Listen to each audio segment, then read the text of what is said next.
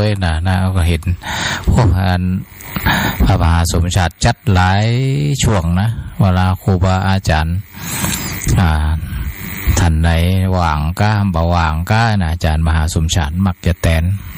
เห็นแล้วว่าจัดแต่ละช่วงนั้นก็ใจพลังเนาะดังนั้นต้องนับถือเปิดละในการจัดรายการไม่เห็นแก่ความเหน็ดเหนื่อยนะ ได้เป็นกำลังจิตกำลังใจให้ศรัทธาสาธุชนทั้งหลายเนาะเอาละเดี๋ยวก็จะเข้าประชุมออนไลน์ไปยังพี่น้องกับคณะสงฆ์คณะศรัทธาที่บ้านห้วยคันธาประชุมกันเนาะนัดประชุมกันดังนั้นจะได้เตรียมเนื้อเตรียมตัวขออนุโมทนาบุญกับศรัทธาสาธุชนทั้งหลายที่ฟังรายการธรรมะยามค่ำยามแรงทางเครือข่ายสถานีวิทยุคลื่นสีขาวเพื่อชาวชักประชาโดยอาตมาภาพได้เป็นผู้ดำเนินรายการพระมหานพดลสุวรรณเมธีผ่านเครือข่าย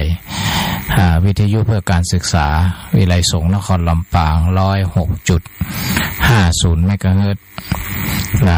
ก็เป็นแม่ข่ายได้ส่งสัญญาณไปต้องขออนุโมทนาขอบพระคุณครูบาอาจารย์ทุกท่านนะที่ได้เกาะสัญญาณศรัทธาญาติโยมได้ยินได้ฟังธรรมะประยุกต์ก็คือได้ได้จาเรื่องบ้านผ่องได้ได้จาเรื่องศาสนาเรื่องวัฒนธรรมผ่องศิลปะผ่องนะก็ศรัทธาสาธุชนทั้งหลายได้เห็นคุณค่าได้เข้าใจ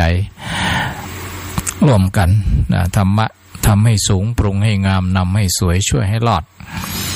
สุดท้ายนี่ก็ขออนุโมทนากราบขอบพระคุณครูบาอาจารย์ทุกท่านนะตลอดถึงอนุโมทนาขอบคุณกับศรัทธาสาธุชนทั้งหลายทั้งมวลนะช่วยสนับสนุนแล้วก็คือกำลังจิตกำลังใจทีมงานจัดรายการทุกท่านขอให้หมู่เฮาทั้งหลายอยู่ดีมีสุขอยู่เย็นเป็นสุขสมบูรณ์พูนสุขทุกท่าน